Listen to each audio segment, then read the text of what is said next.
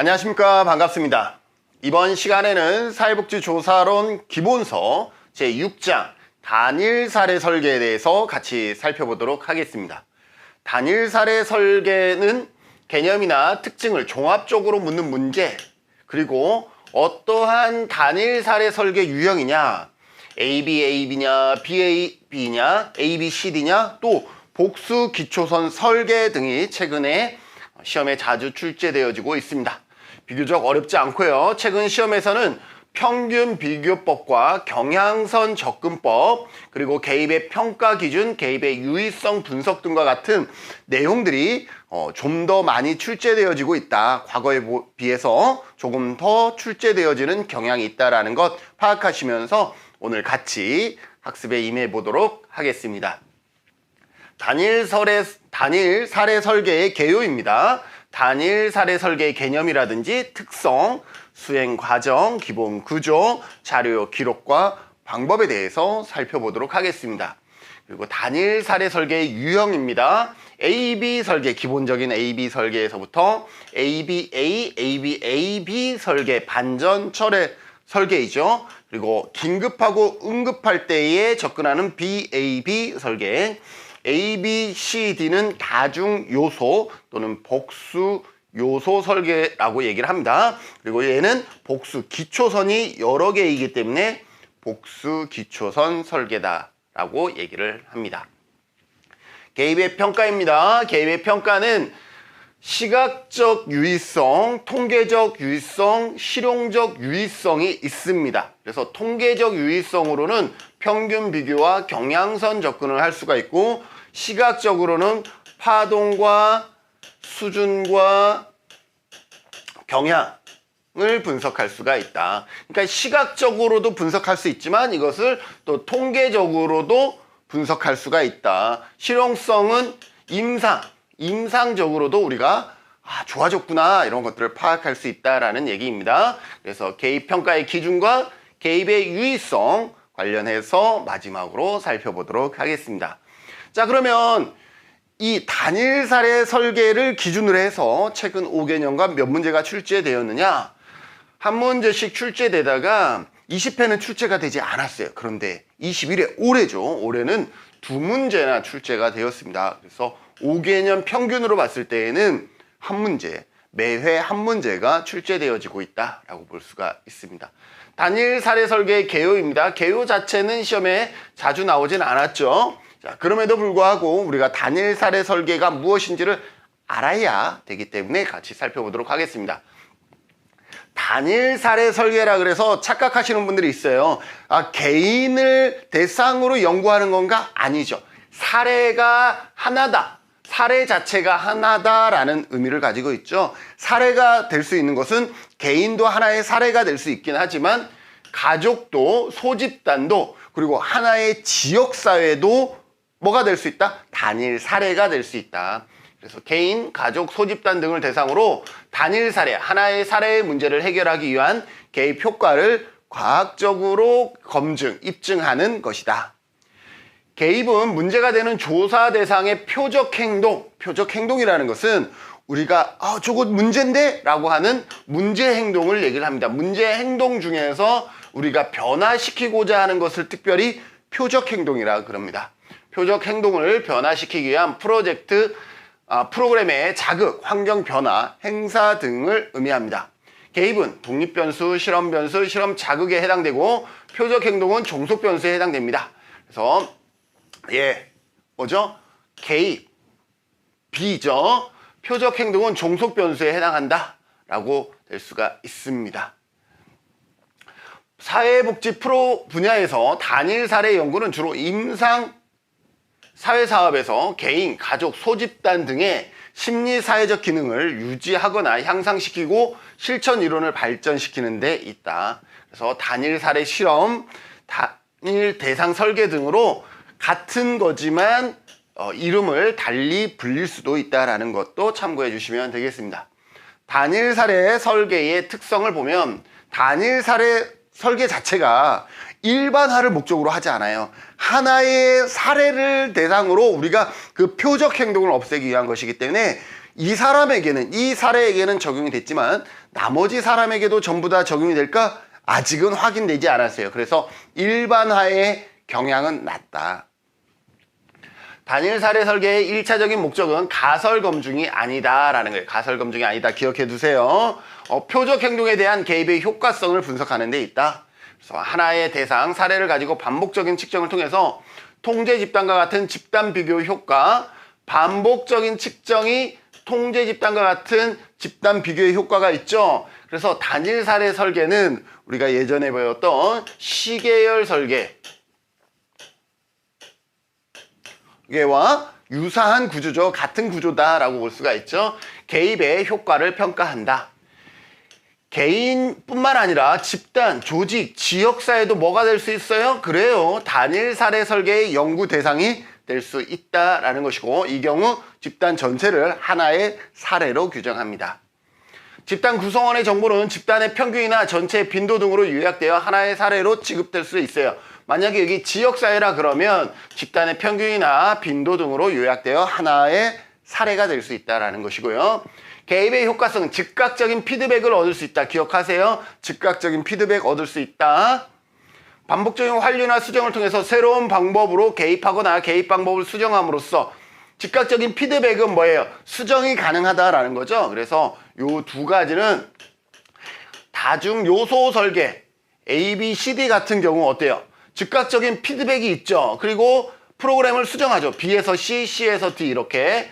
그래서 즉각적인 피드백 and 개입의 방법을 수정할 수가 있다. 다른 말로 융통성이 있다. 융통성. 다 같은 말로 보시면 됩니다. 기초선 단계에서 경향을 충분하게 파악하기 위해 개입을 지연시키는 것은 윤리적인 문제가 된다. 우리가 시계열적 설계니까 이렇게 되는 거죠. 그죠? 이렇게 됩니다. 여기에서 이제 독립변수이고 정속변수를 앞뒤로 보는 건데요.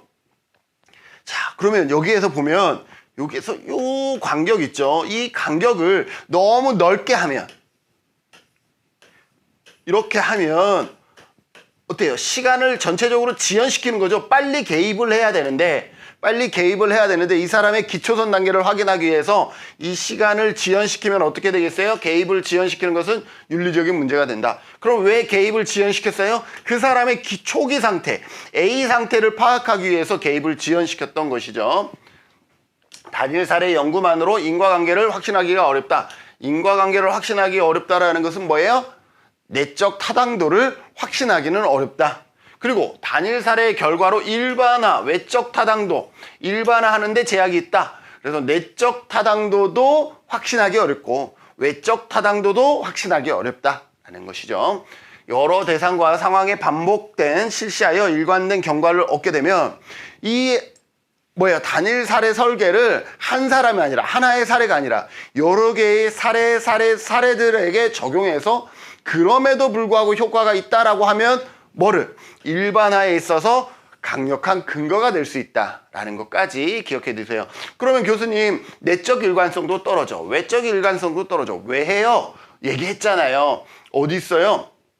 표적 행동을 감소하는 데 목적이 있다라고 보시면 되겠습니다. 자, 단일 사례 설계의 수행 과정은 간단하게 보시죠. 문제를 확인하고 규정합니다. 그러면 변수를 설정해요. 자, 문제가 이런 문제요.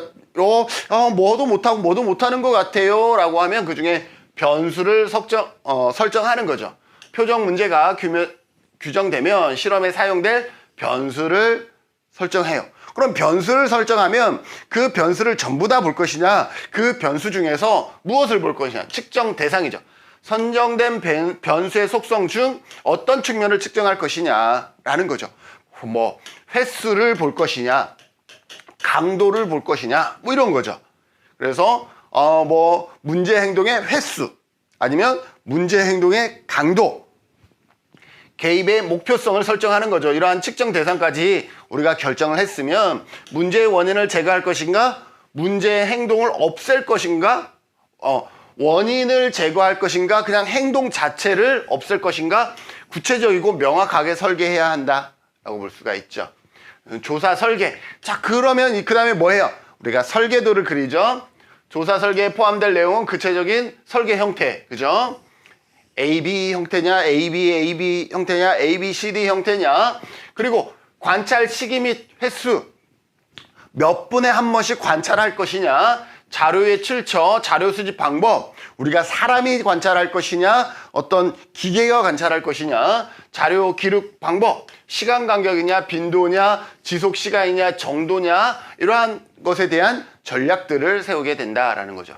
그러면 조사, 설계가 끝나면 조사를 실시할 것이고, 개입 평가, 자료를 분석합니다. 자료 수집이 완료되면 그래프가 완성되면 변화의 파동, 경향, 수준 등을 검토하여 개입의 효과성을 검토합니다. 그래서 시각적인 방법이 있었고 맨 마지막에 우리가 봅니다. 시각적인 방법이라 그러면 통계적으로도 우리가 개입의 평가를 분석할 수 있고 그리고 임상적으로도 이렇게 다양하게 단일 사례 설계의 개입의 결과를 평가할 수가 있습니다.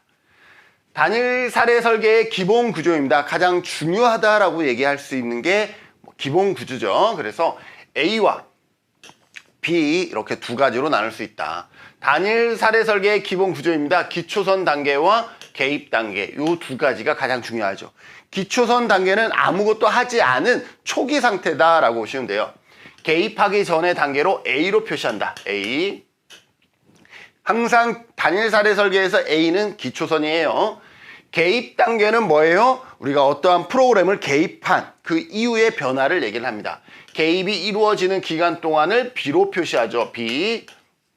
그래서 단일 사례 설계는 A와 B로 표시되어진다. 그래서 A와 B는 뭐냐? A와 B는 개입하기 전에 수준을 이렇게 시간 간격으로 하는 거죠. B는 개입을 한 이후에 수준을 이렇게 하는 거죠. 그럼 어떻게 되겠어요? 수준이 이렇게 떨어졌죠? 아, 그러니 효과가 있었구나 라고 판단하는 것이 단일 사례 설계의 특징이다 라고 볼 수 있죠. 자, 그러면 다시 기초선 단계를 다시 볼까요? 기초선 A라 그랬죠? 이 단계는 연구자가 개입하기 이전으로 A라고 표시한다. 반복 측정해요. 이렇게 하나, 둘, 셋, 넷, 적어도 3번 이상 반복하죠. 이상 통제 집단과 유사한 역할을 합니다. 반복하는 것 자체, 여기도 반복하고 여기도 반복하는데 이 반복 측정하는 것 자체가 통제 집단의 효과를 조금이나마 가미시킨다라고 볼 수 있죠. 충분히 관찰이 이루어질 때 단일 사례 연구의 내적 타당도 뭐예요? 인과관계가 확보됩니다. 충분히 관찰해야 되는 거예요. 그러나 충분히 관찰하기 위해서 시간을 지연시키면 뭐다? 윤리적인 문제에 직면할 수 있다. 그래프의 시간 순서대로 측정점을 표시하고 이렇게 측정점을 표시하고 측정점들을 줄로 연결해요. 전체적인 경향을 파악하는 거죠. 전체적인 경향은 약간 파동이 있구나 이런 것들을 확인할 수가 있습니다. 다음 개입 단계입니다. 개입 단계는 뭐로? B로 표시한다 그랬어요. 그죠? 표적 행동에 대한 개입이 이루어지는 기간으로 B로 표시한다. 이 기간 동안에는 표적 행동의 상태에 대한 관찰이 병행됩니다. 그리고 개입 단계에서 측정을 하는 사람, 장소, 측정 방법, 기타 조건을 어떻게 해서? 기초선을 동일하게 해서. 여기에서는 길동이가 관찰했는데 여기에서는 진훈이가 관찰하면 안 된다. 왜? 여기에 관찰하는 관찰의 어떤 그 기준과 여기에서 관찰하는 관찰의 기준이 다르기 때문에 한 사람이 둘 다 관찰하는 것이 더 바람직하다. 그래서 같은 사람이 같은 장소에서 같은 측정 방법으로 기타 조건들을 같이 해서 A 단계와 B 단계를 측정하는 것이 좋다. 그래서 동일하게 해야 한다라는 것을 여러분들이 기억해 두시면 좋겠습니다. 기초선 단계와 개입 단계의 관찰 환경을 동일하게 구성한다. 자료 기록의 준비인 것이죠. 자료 기록 방법 어떻게 하면 되겠어요? 잘 이렇게 측정해서 마킹하면 되겠죠. 행동 관찰 규정 준비입니다. 표적 행동에 관한 구체적인 판단 기준을 동일해야 되겠죠. 자료 기록에 관한 규정을 조사 시작하기 전에 먼저 뭐 해야? 준비해라. 관찰 기록자의 설정. 실천 현장에서 활동하는 사람들이나 연구자가 관찰하고 기록하는 것이 바람직하죠. 내가 그 사람이 뭘 관찰해야 되는지를 이해하고 있는 사람, 그리고 어떠한 변화에 저게 뭔가 문제가 있구나, 저게 지금 잘 되고 있구나, 이런 것들을 판단할 수 있는 사람, 그 사람. 그래서 실천 현장에 활동하는 사람들이나 연구자가 하는 것이 조금 더 낫겠다. 왜?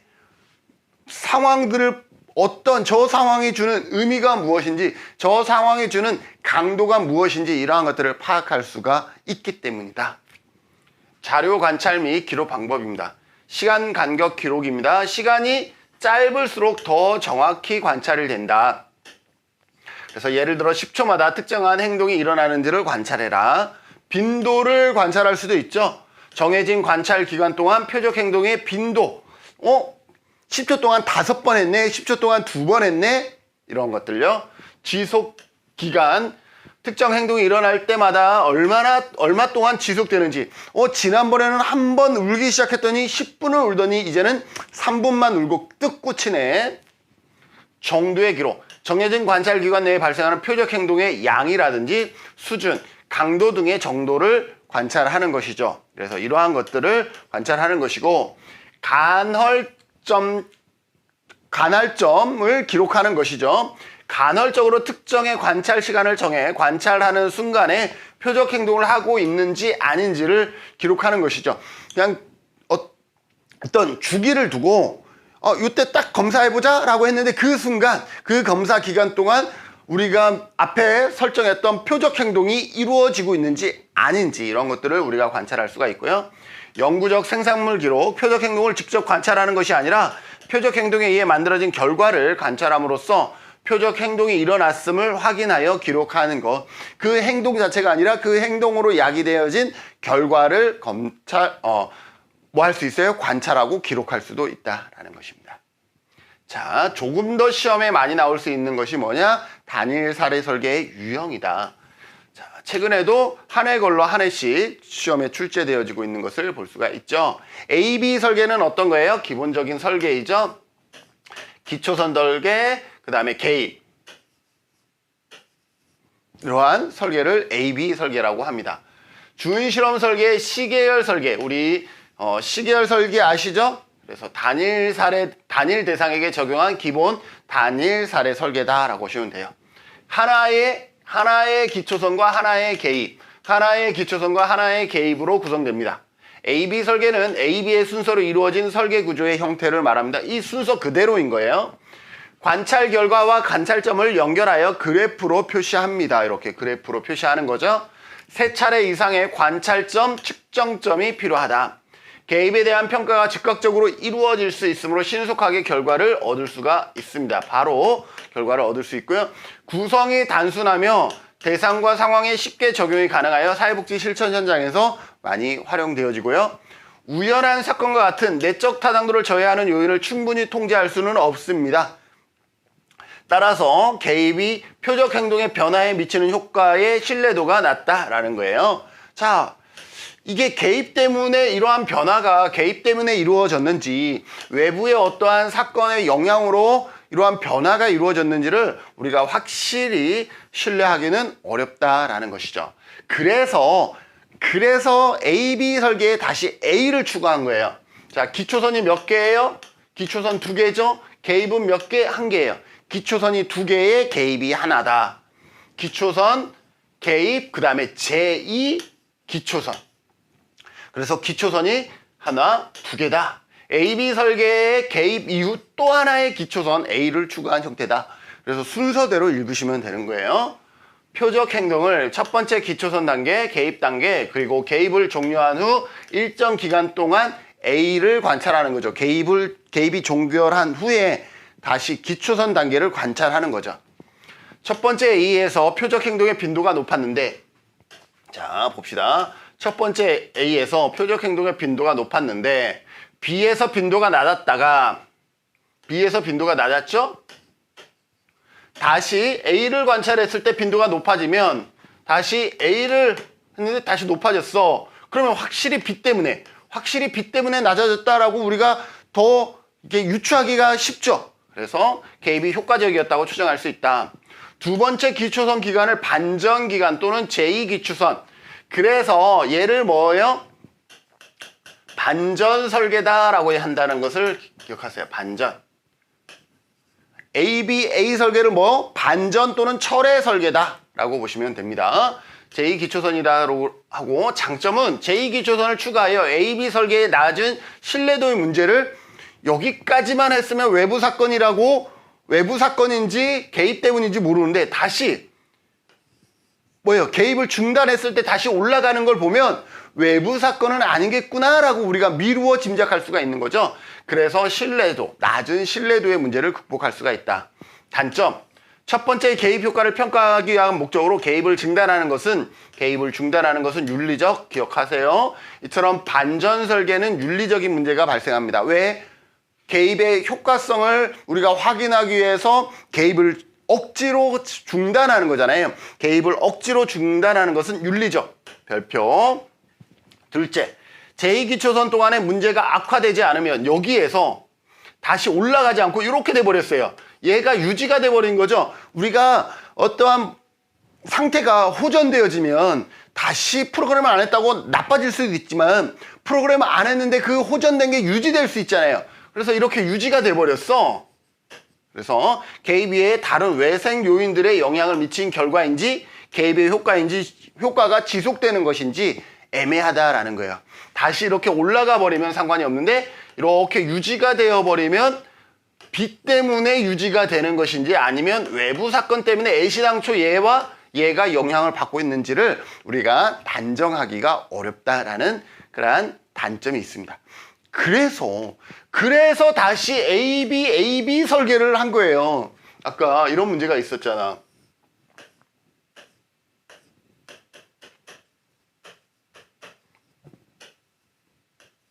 이렇게 했는데 다시 이렇게 돼버렸잖아요. 자, 이렇게 됐으면 다시 B를 했을 때 어떻게 되겠어요? 다시 낮아졌다? 그러면 확실히 B 때문이구나. 이걸 판단하겠다라는 거죠.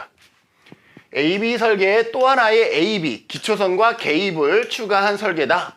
그래서 얘는 뭐예요? 기초선이 2개, 개입이 2개 이렇게 되는 것이죠.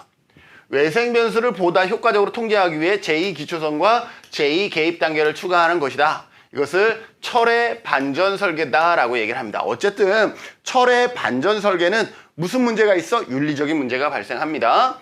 제2기초선 단계에서 표적 행동이 개입 이전의 상태로 회귀한다 그러면 제2기초선 1, 2 제2기초선 개입 이전의 상태로 회귀한다면 개입이 표적 행동에 변화의 효과가 있다고 추정할 수 있다. 이건 앞에서 설명한 거예요. 근데 두 번째 개입 이후 표적 행동의 상태가 제2기초선 단계와 비교해서 현재의 변화, 여기보다 현재의 변화를 보인다면 개입 효과를 더욱 신뢰할 수가 있는 거죠. 이렇게 다시 낮아진다 그러면 한 번 낮아졌는데 다시 개입했더니 또 낮아졌어. 그러면 더욱 신뢰할 수 있는 것이죠. ABA 설계의 외생 변수의 요인을 통제할 수가 있다. 그래서 장점은 첫째, 개입의 효과를 가장 높이 확신할 수 있어. 단일 사례 설계 중에서 가장 높이 확신할 수 있기 때문에 실천 현장에서 유용한 설계이고, 둘째, 우연한 외부 사건의 영향을 그나마 잘 통제할 수 있다. 자, 단점은 뭐냐? 첫째, 제1단계에서 효과가 있음에도 불구하고 연구 목적을 위해 개입을 중단하는 것은 뭐라 그랬어요? 윤리적인 문제가 발생한다 그랬죠? 일정 기간 관찰한 후 다시 개입을 재개하는 것은 윤리적인 문제가 이루어진다. 그래서 AB 설계도 윤리적인 문제가 발생하는 것이고, AB 설계도 반전 철회 설계이기 때문에 윤리적인 문제가 발생한다라는 거 기억해 두세요. 둘째, 만일 제2기초선 단계와 제2개입 단계의 표적 행동의 상태가 매우 유사해. 여기도 매우 이렇게 유사해버려. 그러면 그건 뭐 때문인지, 왜 그런지 이러한 것들을 설명하기가 어렵다라는 거죠. 그래서 제2기초선 단계와 제2개입 단계의 표적 행동의 상태가 매우 유사한 경우 원인을 찾는데 어려움이 있을 수 있다는 것 참고할 수가 있겠죠. BAB 설계도 시험에 자주 나오죠. BAB. 우리는 항상 A부터 시작했는데, 즉 기초선부터 시작했는데, BAB 설계는 뭐부터 시작해요? 개입부터 시작한다라는 거예요. 어떨 때 우리가 개입해야 되겠어요? 응급한 상황에서는 개입부터 해야 되겠죠? 그래서 일단 개입부터 시작한 후에, 그죠? 개입을 중단하여 기초선을 도입한 후 다시 개입을 재개하는 거다. 위기 상황에서. 기억하세요. 위기상황, 다른 말로 응급상황. 다른 말로 신속한 개입이 필요한 경우, 이러한 경우는 기초선 단계를 하지 않고 바로 뭐부터 한다? 개입부터 한다라는 거죠. 있으므로 즉각적인 개입이 필요한 경우에 사용할 수 있다. 장점은 반복된 개입을 통해서 개입의 효과를 가져올 수가 있고, 바로 개입 단계에 들어감으로써 위기 개입에 유용하다. 응급 상황에 유용하다. 단점, 외색 요인을 통제하기 어려운 것과 개입의 효과가 지속적인 경우 기초선 단계와 제2 개입 단계에서 표적 행동의 상태가 유사하므로 개입의 효과를 평가하기가 어렵다라는 거죠. 여기에서 바로 개입을 하다 보니까 이렇게 됐어요.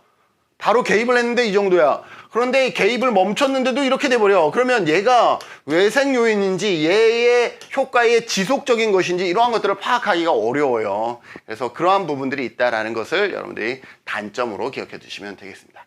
자, 시험에 진짜 많이 나오는 것은 다중 요소 설계와 복수 기초선 설계예요. 둘은 다른 거예요. 다중 요소는 요소가 여러 개예요. 복수 요소, 다중 요소는 프로그램이 여러 개이기 때문에 다중이라는 말을 하는 거예요. A는 개입이고 B, C, D는 서로 다른 프로그램이다. 개입이다 라고 보시면 되겠습니다. 다중 요소 설계, 복수 요소 설계다 라고 얘기를 합니다. 21회 기출문제에 나왔었던 거예요. 하나의 기초선에 여러 개의 각기 다른 방법 B, C, D로 개입하는 것이다 라는 것이죠.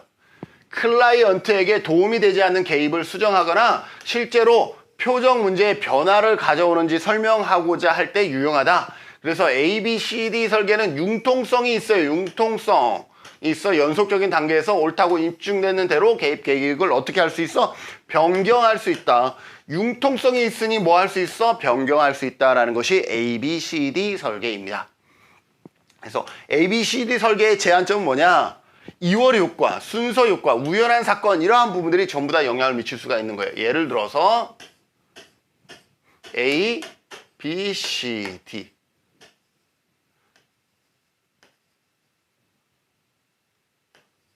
이렇게 됐어. 자, 그러면 여러분들이 보기에는 A는 기초선이니까 그렇고 B는 교육, C는 상담, D는 활동이야.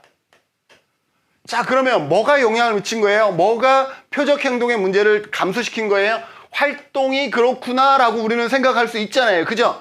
그런데 앞에서 교육하고 상담하니 이게 이렇게 이월된 거야. 그 영향력이 차곡차곡 쌓이면서 활동 때에 확실히 드러난 것뿐이지. 그래서 2월 효과는 D만 효과가 있는 것으로 나타났더라도 이전에 도입한 B와 C가 필요하지 않다고 섣부른 결론을 내리기가 어렵다는 거예요. B와 C에서의 효과가 서서히 축적되면서 D에 반영됐을 뿐이다라는 거죠. B, C 효과가 2월되어 나타난 것일 수도 있다. 순서 효과는 뭐냐? 만약에 이거 순서를 바꿨으면 어떻게 되느냐? 예대로라 그러면 순서를 바꿨으면 여기서 이렇게 줄어들었어야 되잖아요. 아니다라는 거예요. 순서를 바꿨으면 또 이렇게 됐을 수 있다라는 거예요. 그래서 만약 개입의 순서가 B, C, D가 아니고 C, D, B나 D, B, C 등으로 바꾸었다면 개입의 효과가 없는 것으로 나타날 수도 있다라는 거예요. 즉 개입이 B, C, D의 순서로 진행되었기 때문에 D에서 효과를 얻을 수 있었다라는 거죠. 순서가 바뀌면 그 효과가 나타나지 않았을 수도 있다라는 것이 순서 효과입니다. 우연한 사건은 뭐예요? 말 그대로 우연한 외부에서 외부의 변화가 그냥 영향을 미쳤을 수 있다는 거죠.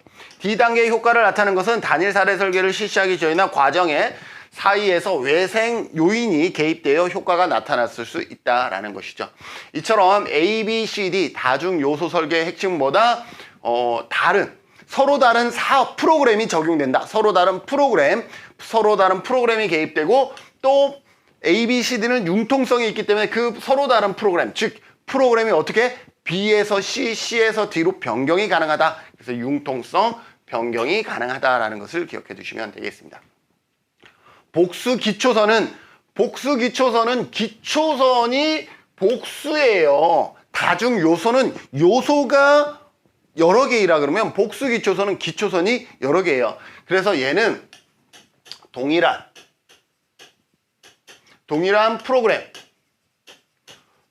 프로그램은 개입을 얘기하죠. 동일한 개입을 서로 다른 상황, 서로 다른 대상, 서로 다른 문제에 적용하는 거예요. 그러니까 똑같이 원해 치료인데 서로 다른 대상하면 어르신들에게는 요만큼 적용하는 거예요. 그런데 아이들은 좀 기다릴 수 있잖아요. 그죠? 아이들. 그래서 뭐 이렇게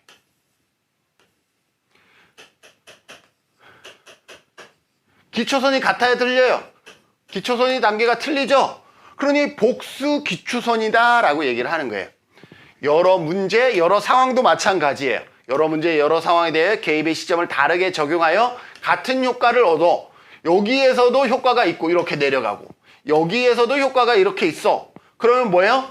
이런 것들이 축적되고 누적되면 뭐예요? 이 사업은 정말 좋은 사업이구나. 표적 문제의 변화가 외부 사건에 의한 영향이 아니라 개입에 의한 변화임을 우리가 확인할 수가 있는 것이죠. 문제 간 복수기초선, 상황 간 복수기초선, 대상 간 복수기초선 설계로 구분할 수가 있다. 그래서 같은 개입을 어떻게 하는 거예요? 서로 다른 문제, 서로 다른 대상, 서로 다른 상황에 적용해 보는 것을 뭐라 그래요? 복수 기초선 설계다라고 얘기를 합니다. 그래서 문제 간 복수 기초선, 상황 간 복수 기초선, 대상자 간 복수 기초선 이렇게 나눌 수가 있는 거죠. 밑에는 그렇게 중요하진 않습니다. 하나의 특수한 개입의 방법이 같은 상황에서 같은 대상자의 다른 문제 간이니까 다른 문제 해결에 효과가 있는지, 상황간은 하나의 특수한 개입 방법이 같은 대상자, 같은 문제를 두 가지 이상의 다른 상황에서, 대상자간은 같은 상황과 같은 문제를 다른 대상자에게 이렇게 적용하는 것을 의미한다라고 보시면 되겠습니다. 자, 개입의 평가도 시험에 최근에 잘 나오고 있죠. 개입의 평가 봅시다. 개입의 평가는 시각적으로, 통계적으로, 임상적으로 이렇게 평가할 수 있어요.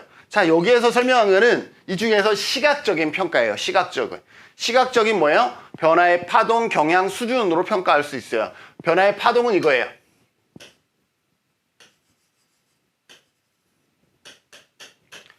자, 기초선 단계에서 파동은 이렇게 심했는데 개입의 파동은 이렇게 작아. 그러면 효과가 있어 없어? 있죠. 왜냐하면 개입하기 전에는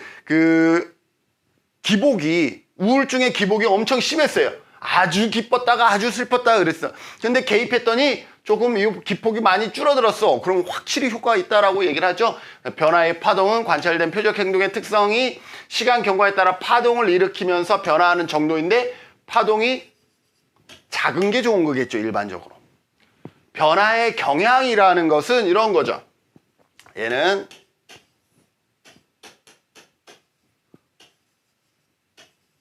개입하기 전에는 상태가 계속 우상향이었어. 그런데 개입했더니 상태가 우하향으로 바뀌어. 오, 좋아졌네? 좋아지고 있네? 기초선 기간과 개입 기간 동안 경향의 방향이 일치되면 개입의 영향을 판단하기 어려워. 방향이 이렇게 일치되면 판단하기 어려워. 그러나 상반되면 개입 영향의 판단이 쉽다. 이렇게 우상향인데 우하향으로 갔다? 그러면 변화의 경향이 바뀌고 있다는 것을 알 수가 있죠. 변화의 수준은 이거죠.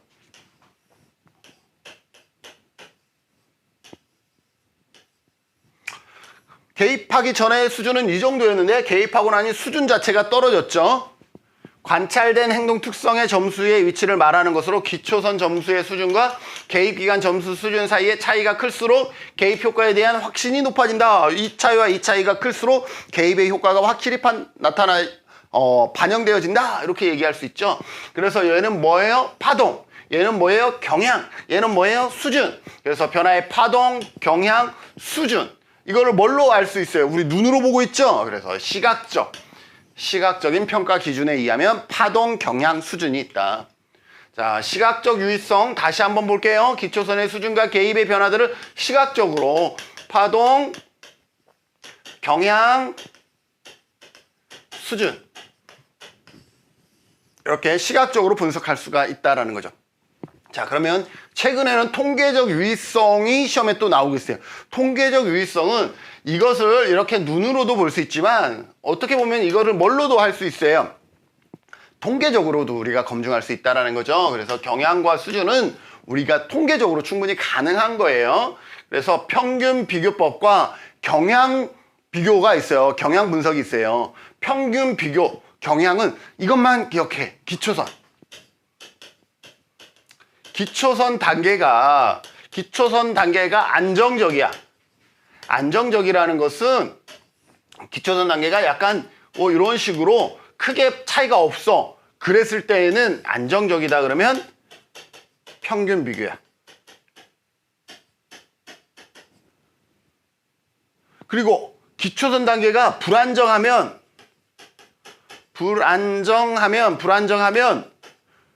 경향이야, 경향. 그래서 불경을 외워야 돼.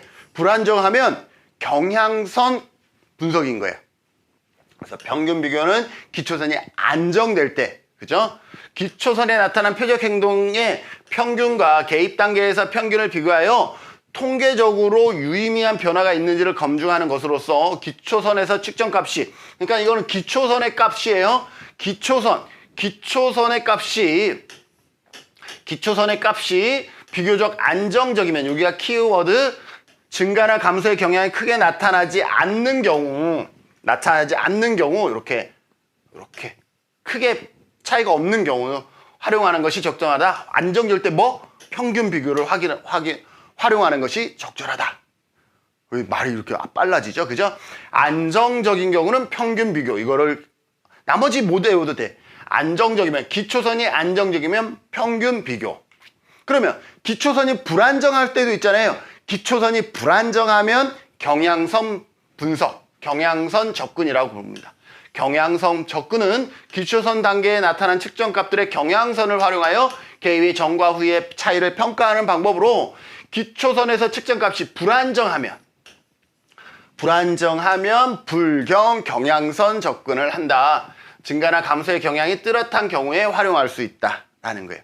이 두 가지 최근에 시험에 자주 나왔기 때문에 기억해 두세요. 통계적으로는 뭐가 있어? 평균 비교와 경향선 분석이 있다. 평균 비교는 기초선이 안정적일 때, 경향선 분석은 기초선이 어떻게 할 때? 불안정할 때. 이 두 가지를 여러분들 기억해 두시면 되겠습니다. 자, 실용적은 임상적이에요. 실용적이다, 임상적이다는 어떤 거냐면 전문가가 판단하거나 가족이나 식구가 판단했을 때 임상적으로 확실히 변한 것 같아요 라고 얘기를 하는 거죠. 그런데 변한 것 같아요 라는 것은 뭐예요? 약간 주관적이네요. 그죠? 그래서 실용적 유의성, 임상적 유의성은 주관적일 수 있다라는 거예요. 실용적 분석이란 변화의 크기를 임상적 기준에서 판단해서 보는 것으로, 시각적이나 통계학적으로 의미 있는 변화라고 해서 질적인 중요성을 뜻하는 것은 아니며, 여기서 이것도 시험에 나왔었던 거예요. 실용적, 임상적인 것은 주관적이다라는 것까지 여기다가 반드시 기억해 두셔야 되겠습니다. 자, 관련해서 이제 대표 기출문제 좀 풀어볼까요? 단일 사례 설계 한번 봅시다. 단일 사례 설계의 결과 분석에 관한 설명으로 옳지 않은 것은, 시각적 분석은 수준, 파동, 경향을 고려해야 한다. 너무 쉽죠? 통계적 분석을 할 때 기초선이 불안정하면 경향성이라 그랬죠? 평균 비교 아니고 경향성. 그래서 얘 틀렸어요. 옳지 않은 거 그래서 2번이네요. 그죠? 평균 비교에서 평균과 표준 표차를, 평균을 제시할 때는 항상 표준 표차를 같이 제시한다라고 보시면 돼요. 경향선 분석에서는 기초선의 측정값을 두 영역으로 나누어 경향선을 구합니다. 이거 맞는 설명이고요. 아까 뭐라 그랬어요? 임상적 분석은 결과에 주관적 요소의 개입 가능성이 크다. 그래서 임상적 분석은 주관적일 수 있다라는 것 기억해 두시라 그랬죠. 그래서 얘도 맞는 거예요. 그래서 옳지 않은 것은 몇 번? 2번이 되겠습니다. 자, 그래서 이러한 패턴으로 기출문제가 나오고 있다는 것도 확인해 주시고요. 자, 이상으로 우리 사회복지조사론 기본서 제6장 단일 사례 설계에 대해서 살펴봤습니다. 단일 사례 설계에서 중요한 것은 기초선 A와 개입 B다. 그리고 각각의 설계 유형이죠. AB 설계, ABA 설계, ABAB 설계, 그 다음에 BAB 설계, ABCD 설계, 복수 기초선 설계. 그리고 또 중요한 것이 뭐예요? 평가 방법이었죠. 시각적으로 파동 수준 경향, 그리고 통계적으로 기초선이 안정적이면 평균 비교, 기초선이 불안정하면 경향성 분석, 그리고 임상적으로도 우리가 뭘 할 수 있어요? 평가할 수 있다라는 것, 결국 이게 단일 사례 설계의 전부였다라는 것을 기억하시면서 여러분들 다시 한번 복습하시고 기출문제 풀어보시고 시험에 가시면 되겠습니다. 자, 이상으로 제6장 단일 사례 설계 강의도 여기서 마치도록 하겠습니다. 수고하셨습니다.